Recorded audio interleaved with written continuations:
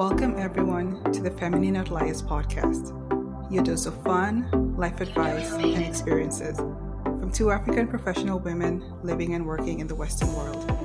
We are your hosts, Zelda Wasau and Cholwe Mandona. So, guys, welcome back. We are really excited to have you guys here with us on another episode. Today we're going back to another deep topic, and we're discussing navigating change, which is exciting. Mm-hmm. But again, I still want to say welcome to all our new listeners, all our new subscribers. We are excited to have you here as we keep growing, as the podcast keeps growing on all channels and all all the different platforms. Spotify, Apple Music, YouTube. Just welcome and feel free to reach out to us. We want it to be as interactive as possible. So it's exciting to have, our community grow and grow. And yeah. Woo. Right. This is always a blessing. But as you guys must have, I hope you listened to it. But last week we said that we are no longer doing the unlearning section. So hopefully, if you didn't listen to our episode last week, it was hair part 2. So please go back and listen to it. Yes. Because I think it was a nice, thought-provoking episode. Oh, that's great. I just remembered, just don't put avocado and eggs in your hair. So that's what you remember from the previous episode. The eggs might be just scrambled. You just never know. Right? Note to self. Do not put avocado and egg in your hair. Oh my goodness. Yeah. But it was fun, and we could still talk a lot more about hair. So maybe, who knows, we might have more stuff to discuss in the future. Part three, maybe. Mm-hmm. Yeah, that's a possibility. Yeah, it was fun. That would definitely be a possibility.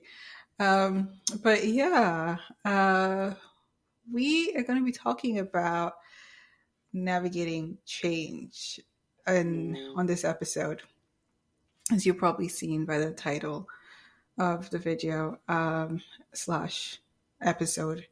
So change, when I think about change, it's one of the few things in this world that is constant. Like, it's a guarantee that something is going to change, whether it's for the better, for the worse. It's just, life just always has new turns for you to navigate. The change just comes your way. And change can be daunting. Because it's one of those things in which you just don't know where the change is going to come from or what direction the change is going to take. Is it going to be a positive change? Is it going to be a negative change? And because of that uncertainty, it can be so... Like, a lot of times people are very apprehensive about change. So we're just going to be discussing our experiences with change and how we have navigated change in our lives. So yeah, I would probably say the first time I actually thought about change, or that I actually realized change was a thing, was when I was leaving primary school. For those of you in the Western world, I would probably say elementary school, something like that. Or actually probably middle school, because this was before I went to high school. Oh, okay, yeah. Yeah, right? Because I'm thinking that would be the conversion. And I remember right before we're going to take our exams, I don't know if it was before or after, but we were all gathered together as a class. And one of the teachers, I think she was the headmistress of the school, was like, I don't know if you guys realize it, but for some of you guys, you might never see each other again. Like, once you leave, and if you go to different schools, different stuff, you might not see each other again. And I was at that point in time, I was really close to some of my classmates. Like, how you just really enjoy your class, you're kind of attached to them, and I just couldn't fathom that. I was Mm, like, wait a minute, I might not see these people again. Because until then, I mean, I had moved schools. Because at school, I was there from um, class five. mm, I don't know what the conversion is in grades, but I was mhm, there from class five to class eight. And I think when they moved me from my other school, like it never really, I don't know, I think I was too young to even care. But now this mm, time I built relationships and built friendships. And when my teacher said that, I was like, oh my goodness. And it's funny because until today, I still look back and sometimes I feel a bit nostalgic and sad because I really did enjoy that group of people. And some of my friends from there, we still hung out afterwards because we were like friends. But nowadays, I mean, now we're so far gone mhm, that I haven't seen a lot of them, like most of them. Some of them I follow them on social media, but that is pretty much it. And it hits mhm, me hard because I just felt so sad because I really enjoyed these people. And it's like, but mhm, that's life. Like, you're going to go your separate ways and move on. And that was the first time I realized that that's a change that's coming my way because we all, for the most part, a lot of us went to different schools after that for high mhm, school. And it's like, just navigating that, to navigating meeting a whole completely new bunch of friends, meeting new people. And of course, the close ones I still would hang out with every now and then, but it's like everyone else is like not, was gone. And that same pattern repeats itself, mm, at least for me, because I've moved around a lot. mhm, Um, because in high school, when I finished high school, I actually finished high school in 2.5 years in the British system. And mhm, because I was too young, a lot of American schools were like, you're really young for you to come to college because I just turned 16 and a lot of them were just hesitant about my age. They wanted me to wait a year. So I did mm, another year in American high school. So that was another change. You finish high school and then those people you've gotten close to, you move to another school and you don't see a lot of those other people again. mm, Because of social media, I can see what people are doing on social media. So mm, that's, I think, a difference in our society today because I have no idea how our parents dealt with it. Because for them, like social media was not a thing. So it's like once someone is out of sight, they are completely out of sight. And so that was my first experience with change. It's just letting go of people or realizing that people will no longer be in my life because life is moving on and we're going to newer phases in life. And with each new phase in life comes with new opportunities, different people. And for me it's hard because I feel like if I make deep friendships, I kind of try to hold on to them.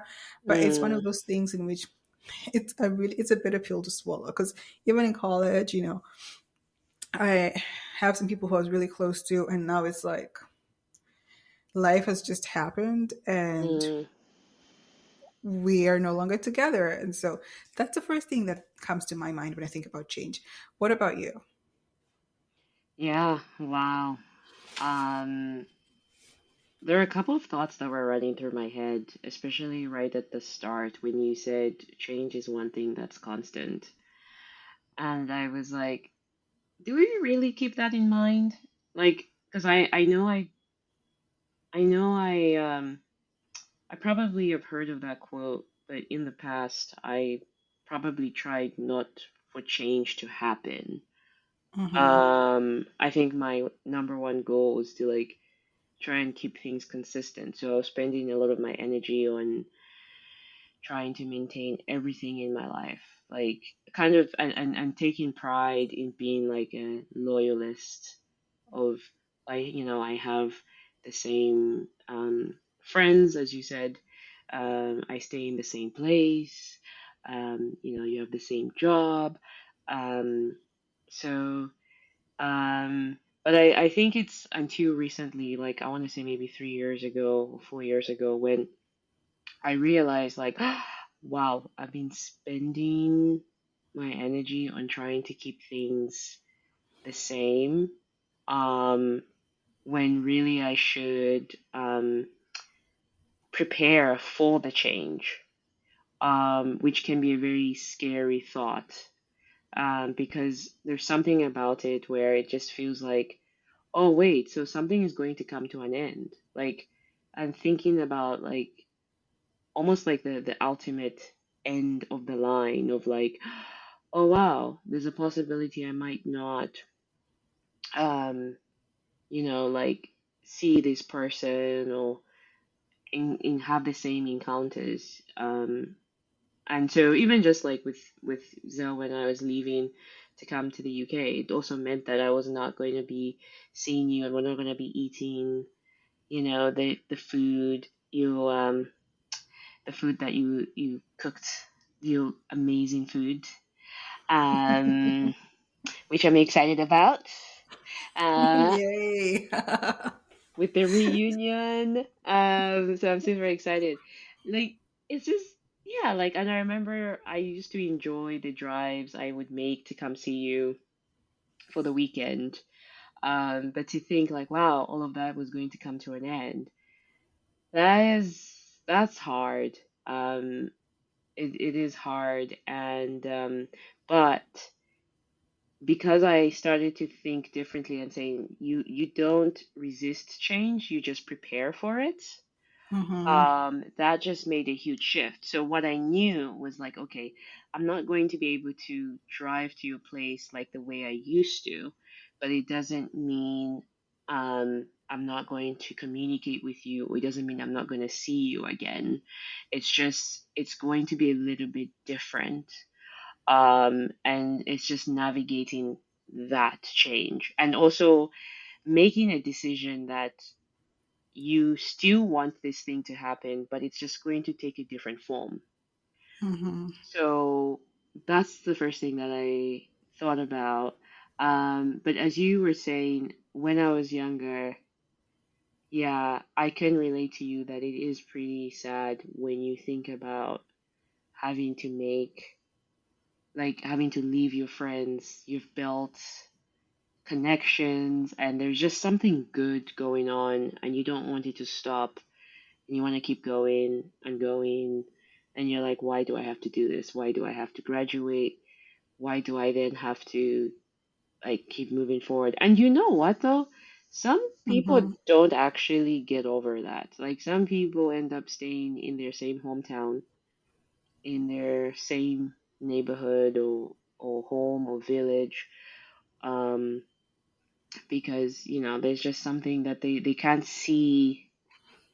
They kind of can't see beyond that. But I can also relate to that. Like, if something was going good, why would you want to intentionally make changes? So, Mm-hmm. yeah, like why are we intentionally making those changes as well? Um, so,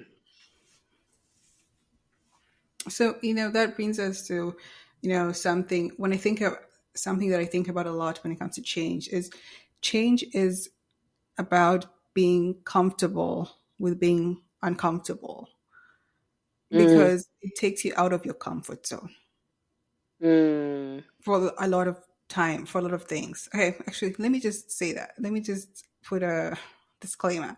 That happens particularly if the change might be maybe from something positive to it could be something more positive, but you mm, never. The thing is that you don't know. mm, You don't know with change. It's something new, so it's kind of gets you a bit uncomfortable initially mm, until you realize it, and then it might be actually more amazing than whatever the change is from. But just the fact that it's new, it can be a bit uncomfortable initially, and it's one of those things in which if you don't get out of your comfort zone, you will never grow. mm, So yeah, it might be something new. Like for example, you might be getting a new job opportunity, and you decide you leave this place and you go to another place. You never know. It actually might be a better place for you to work, but that stage of actually shifting over, it can be really uncomfortable. mm, Learning the new ropes and the new workplace can be really uncomfortable. But you have to get over that fear over of that change because that's the only way you'll actually know is this going to be a good fit or not a good fit. mm, So That's the thing about change that I think I'm actually I'm generally comfortable with that because I think because now I've moved around so much that I'm Oh just so gosh, used to yeah. it. Yeah, Like yeah. No, I'm just like, exactly. bring it on. And Yeah. if it doesn't work out, it doesn't work out. And I think that's a advantageous quality I have because honestly, sometimes you never know what you'll stumble upon it until you stumble upon it. Mhm. And you only stumble upon it by accepting the fact that things are changing. Let's try Mhm. something new or let's do this. But it also can be daunting because something changes can be for the worse. I think those are the ones that make us avoid change because we don't want, you don't know if that's going to be the outcome. And particularly if you're comfortable where you are, in your head, you can be like, what's the need for change? Because I Mm. am comfortable right here, right now. And I'm not going to lie, Mhm. that's partially where I'm at right now. Oh, Because, that's yeah, good. because I feel like I'm comfortable at work and I've settled in. But then there's a part of me that wants to try and explore. I think I told you before, I wanted to try and explore California. Mm.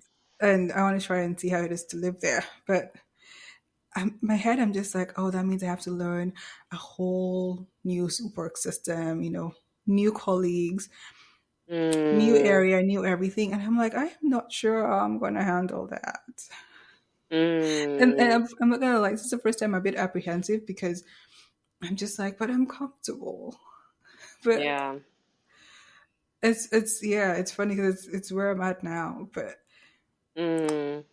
It's interesting you say that because I'm wondering whether you're comfortable, which is great, but also you just made a change. So oh, yeah.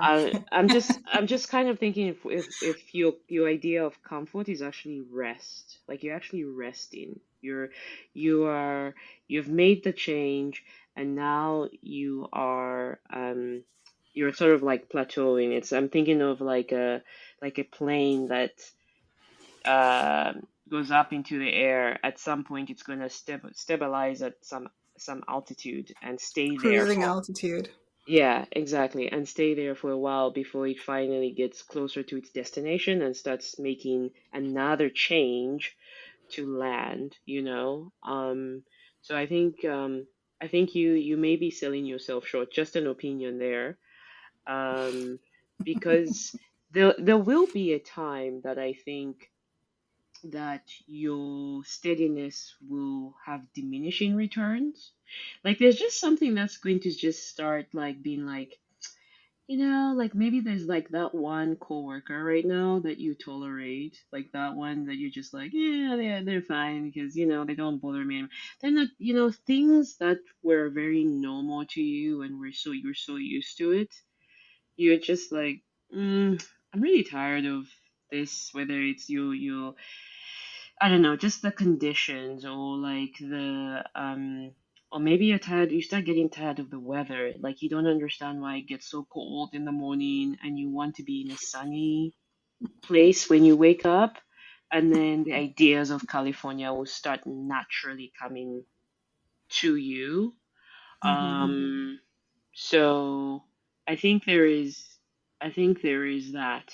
That's why I asked you. I think that's why I not really asked, but I just posed the question that do we naturally want to make a change, or does just change come upon us because that's the nature of life? Like, do you just say, "Oh, I want to be challenged today. I don't want to be in my comfortable state." Because what other state are we aiming for? Like, I don't know if we just want to do hard things. Like, you wake up in the morning and say, I just want to climb Mount Everest because walking flat is just, I'm done, It's not Like, it. it's just, it's not a vibe anymore.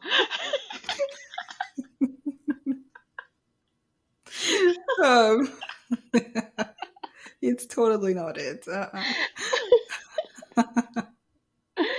um, I think it's both, Charlie. really? I Yeah. think it's both because I think it's just naturally changed us hop upon us, like whether we like it or not. We don't, it Mm. doesn't have to be every year, every month. It can be every 7 years or something, but something is bound to change in your life at some point in time. Mhm. I think Mhm. that's just natural, by the nature of life and how it is. But Mhm. we also can also want to change ourselves. That's Sometimes, true. yes, you might want to grow and you realize I'm too comfortable here and maybe my growth is diminishing and I might need to push myself out more.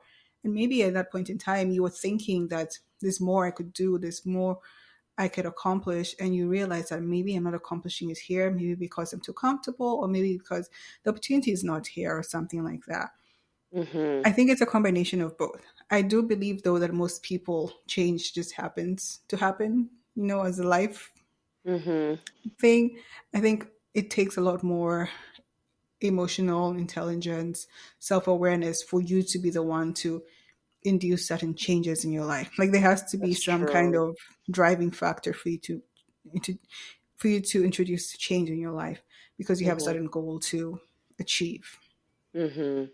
No, that's really true. You know what surprises me when it comes to this idea of change is how people get surprised at the change, even things that are should be expected. You Hmm. know, like I give an example of like let's say someone who doesn't know how to cook, and like in my mind I'm thinking, that in 10 years you're going to need to eat.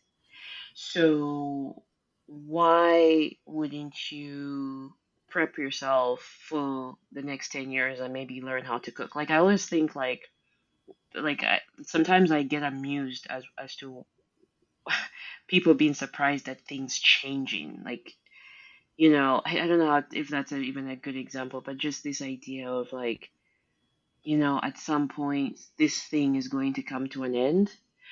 Hmm. Because I think people put a lot of like emotional intensity to some things, like, oh, I didn't know this was going to happen, and it's like it was just about time. Hmm. It was literally just time that was separating you between where you are now and the destination. Hmm. So why do we always get surprised when something different happens? Um, and in a lot of cases we're not prepared for that situation. I can think of in many situations that involve money, people, work, um, just even weather, like the way the weather has Hmm. been changing over time. Um, but yeah, so I think that a lot of us have this syndrome of, like when the ostrich buries its head in the sand, mm, and just it's like I'm just going to try to ignore everything else that's happening. I'm just going to ignore it, but it doesn't change what's happening. yeah, What's happening is still happening. You're just burying your head in the sand. And I yeah, think a lot of us do that because you just don't want to think about the possibility of change. So you just try to ignore it until mm, you have no option but to not ignore it. Because mm, sometimes it's easier to be reactive than proactive. mm, So you just like, I'll just hit it, I'll just deal with it when it comes, even though maybe dealing with it now will make life easier. you know make yeah, everything more smoother, but it's like it's just easier to kind of ignore the whole thing. And I think a lot of us do that because you mm-hmm, don't because sometimes this particularly I think happened if the change is not to your liking, or it's not mm, the most positive liking, because there's some negative aspect about it. You just want to try and ignore the whole situation or delay it as much as possible. If it's positive, that's the time when people tend to be very proactive with a positive change because it's positive. So it's like, mm-hmm, I'm definitely going to do it and get it done as soon as possible. But when you don't know what the end product of a change is going to be, sometimes it's like, I can wait and see, when we get there. And mm, then if you know it's negative, then hell yes, you're going to like try to prolong it. yeah. That's I guess it's human nature.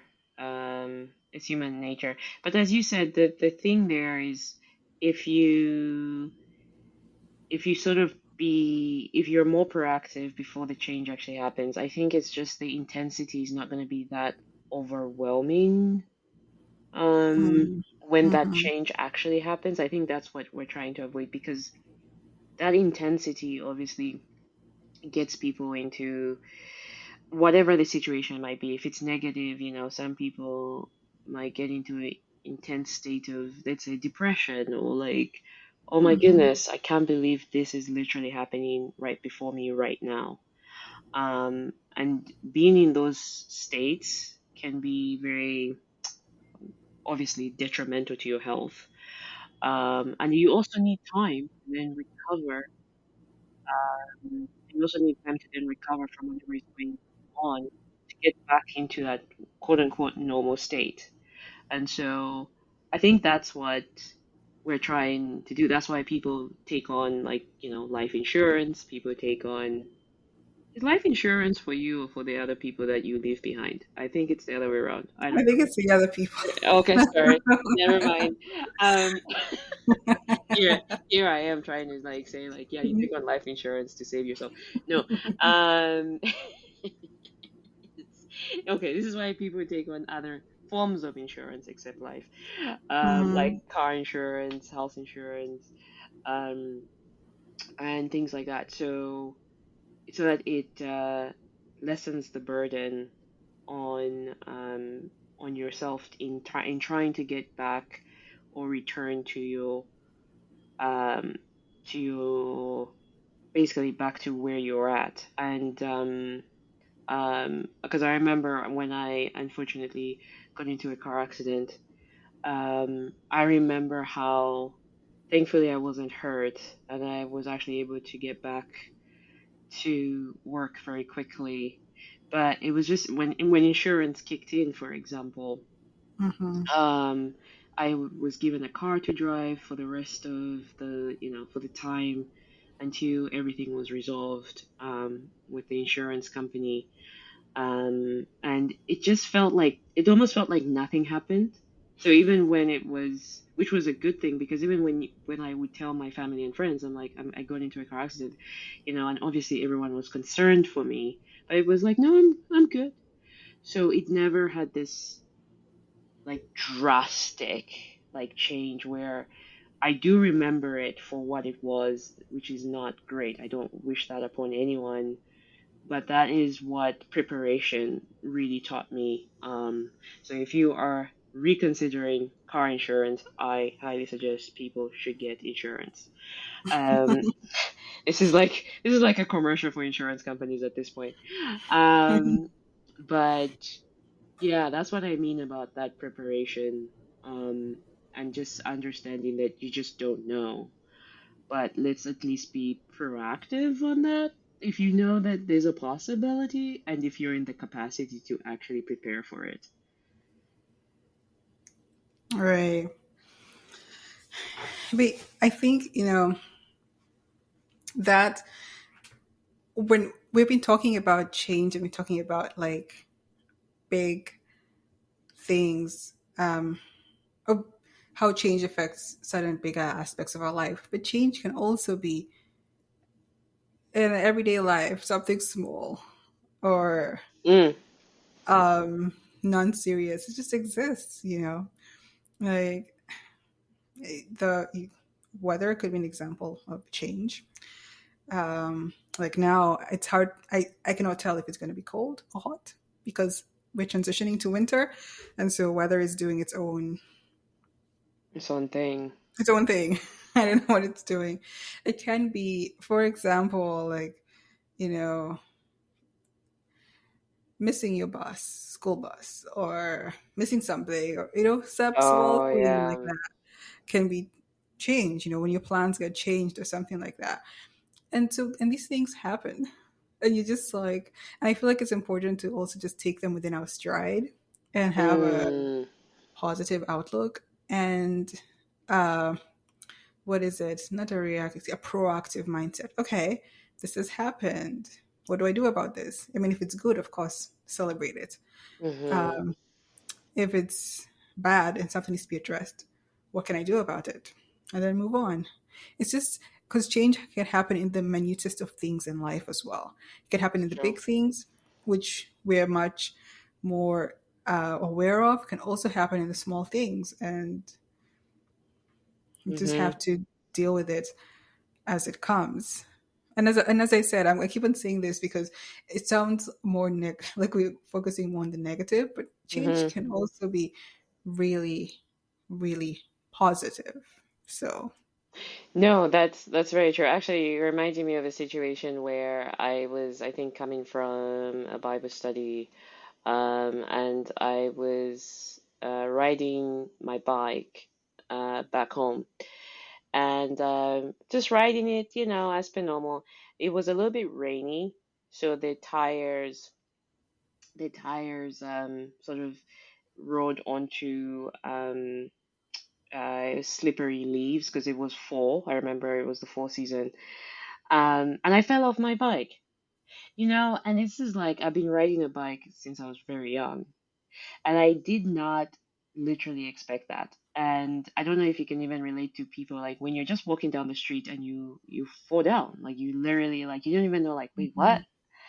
Like so anyway, I'm just thinking of like in those moments where it's like it's actually like you just laugh at yourself because you're like especially if you didn't get hurt, but it's just something it just randomly happened. I'm like, how did that happen? I didn't really expect that.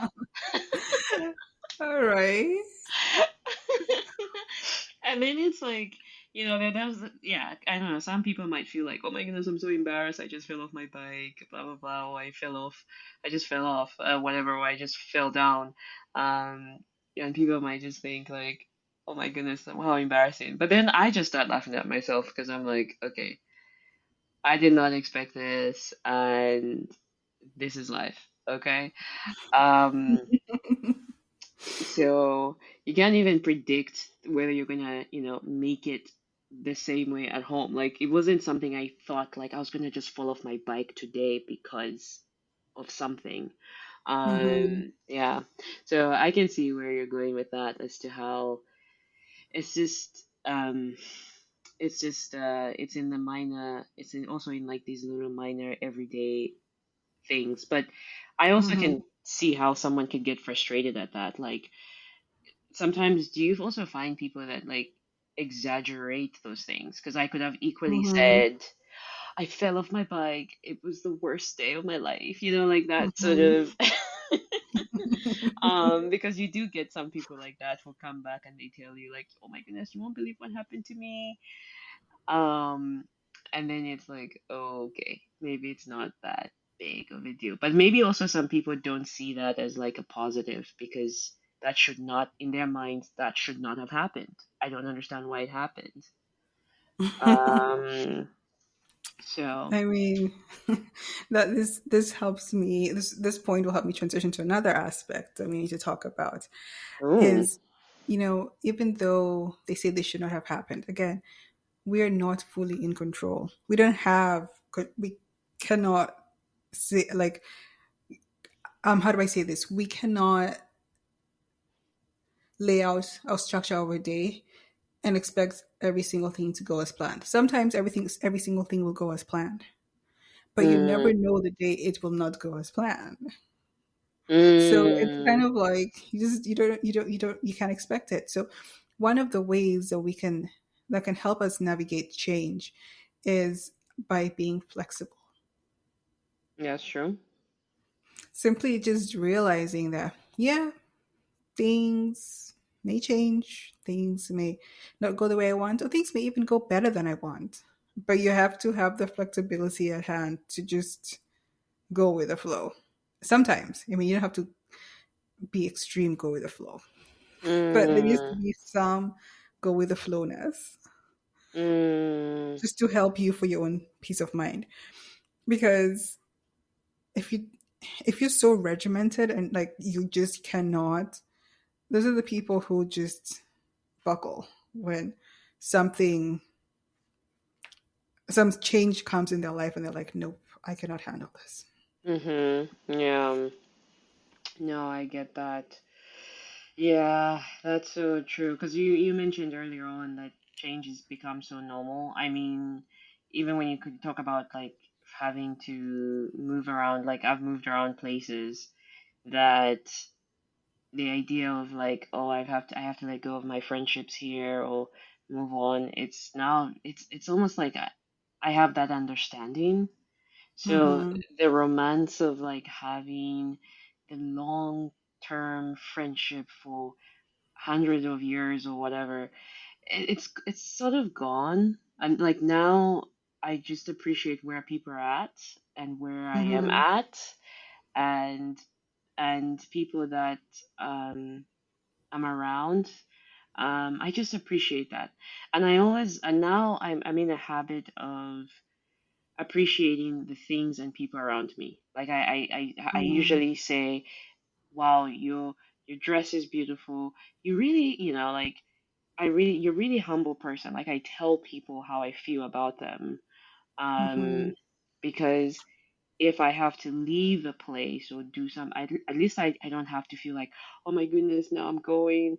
I never got a chance to say all of these things to this person, to do all of these things. So I'm just more I'm just more comfortable about that. Um, so I think there's also a bit of practice that has maybe it's the traveling perspective or traveling aspect that has helped to create that resilience of change. Um, but when you're maybe in a sort of like cocoon, your shelter, whatever you consider your happy place, and you try and move out of it, and then you start experiencing things that are different, it can feel like you need to go back to your comfort zone, but Mm-hmm. yeah, but not necessarily. Yeah. And I would say, another thing when experiencing change, you kind of alluded to it at some point when you were talking, is focusing on what you can control. Mm, mm-hmm. Because there's some things we just simply have no control over. So if there's something you have control over, you can focus on that. That, you know, can make the whole entire process of change easier because you know you've done your part. And Mm, everything else, you're like, let it be because mm, you've actually come to the you've come to a place where you can be like, okay, I'll focus on what I'll just focus on this because this is within my control. This is within my power. And mm, it's funny because okay, I don't know if this is a good example of change, but it's a good example of me focusing on what I can control. mm. So, I love traveling. Okay, yeah. I I might not be the biggest fan of turbulence, but Uh-uh. I'm Okay. not the kind of person who freaks out either. Yeah. But my issue is when I'm in a plane, I am not in control, Oof. and that it bothers me. It That bothers me. it really bothers me. That actual change, because Mm-mm. it's funny because even if they say they're being in a car, like driving a car, you're more likely to have an accident than when you're up in the plane. Mm-hmm. It's still in my head. I'm like, but at least when I'm driving the car, I have control over the Control. car. Yeah, exactly. But when I'm Yeah. up in the air, it's the pilot who has control over this plane, over technically over my life. Mm-hmm. And that bothers me because I know No, it it's so does. Yeah. tangible that I'm not in control. No, But I just have to exactly. focus on, you know what? The pilot one should know what they're doing. Hopefully they do, because if they're Yeah. a commercial pilot, they better know what they're doing. Yeah. So they're trained for this. It's so I should just relax, enjoy my flight, and then also it's just whatever is like Okay. Yeah. the kind of thing of if I don't like people who have this deathly fear of travel of like flying. Yeah. If you don't get into that plane, you might not be able to get to a destination you want to go to. Mhm. And everything in this world is it's kind of like the pros and the cons. Like it's kind of Mhm. just you have to weigh like what benefit is it for me to go to this place, and if it's more beneficial for you to go to this place, you'd risk it because there's a risk in every single thing you do in life. Literally. I mean, it's so funny that you said that because that is also one of my fears. Even just here talking about it, it just induces this like, oh my goodness, yes. And you know how I'm deep-minded. You were talking about the pilot. I'm thinking of the engineer that like did not put the screw back on, okay? Because like when they were like when they were checking the engine and they like went to lunch to grab a hot dog and they forgot to put the screw back on. Like that is my level of fear with the plane. Like, did the engineer put the screw back on? Like, and before before they close the lid, before they close the lid to the engine, whatever that is. But Uh, Joey, I don't go there. I can go there, but I can't take my mind there because your mind is going to start spiraling to all this what ifs, what yeah. ifs. What if this person didn't do this? What if this person didn't? Like, I don't let my mind go there. Okay. No, I think it's also my just like my engineering background to be like, did they I mean, I'm not necessarily maybe with the pilot, I'm not necessarily as worried about the pilot, or like I'm sure they put enough gas in the plane, hopefully, so it's just yeah, it's just sometimes my deep mind sometimes can get there, but you're right. It's probably not healthy. Um but yes, it is not having that control. Oh gosh, it is. But you're right. I think when I'm on the plane, I think end up relaxing when the seatbelt lights go off and the pilot is like, "Okay, now you can sleep," and everything. I'm like, "Thank God." Okay. I'm like, the seatbelt lights on. And also, a part of me, I don't know if you do this as well on the plane, but if there's the navigation system and they show me like the land, like where the land is and where the water is, and I'm asking myself like, we need to go over the middle of the ocean. That ocean right there, I think it's shallower when we're closer to the land. So I feel safe. You feel But safer going over the ocean? no, like I feel safer when the plane is almost approaching the land as opposed to when it's Hmm. in the middle. I don't like seeing when it's just right in the middle. I'm like, we need to move a little bit closer because Yeah. so I've thought this through. Like my whole mind goes through because my whole mind goes through. So that's why I'm learning how to swim, child. Anyway, let's not go into it, but Have you seen those images of the ocean in the dark? yes, You can't see anything. It's pitch black. I know. I know, and that's the scary part. That is the scary. So that is the Okay. scary part. You know what? we we will end this episode on this note. Clearly, we're just talking about some of our fears over here. I know. Funny. Um. Um, but I really hope you guys have enjoyed this episode on change. This is something to think about, it's something we all go through. So I'm really hoping it's been, a good thing to think about, thought provoking, Mm, um, something we should embrace. that's true. Yeah. And because it's something that's here to stay with us. Whether it's good change, bad change, change is Mm-hmm. just a constant in our lives. But um, I, as per usual, I'd like to remind you guys to please follow us on Spotify, Apple Podcasts, any major podcast platform, including YouTube. Please subscribe to our YouTube channel. Um, please comment in the comment section below. Let us know what you think. You can also comment on Spotify, Apple, you can all the platforms. You can give Yeah. us comments on how you think the episodes were. If there is there anything you think you want us to improve on? Is there something you want us to talk about? Please let us know, because we would be more than willing to, consider the topics you guys have for us. Also, again, I'm going to ask, like, subscribe. Me being cheesy. You could also reach us on the feminineoutliers@gmail.com. That's right. And we would love to answer your emails and reach have being more reach out to. I don't even know what I'm trying to say. Be Okay, more guys. interactive. Be more interactive. We want to hear from you Yes. guys.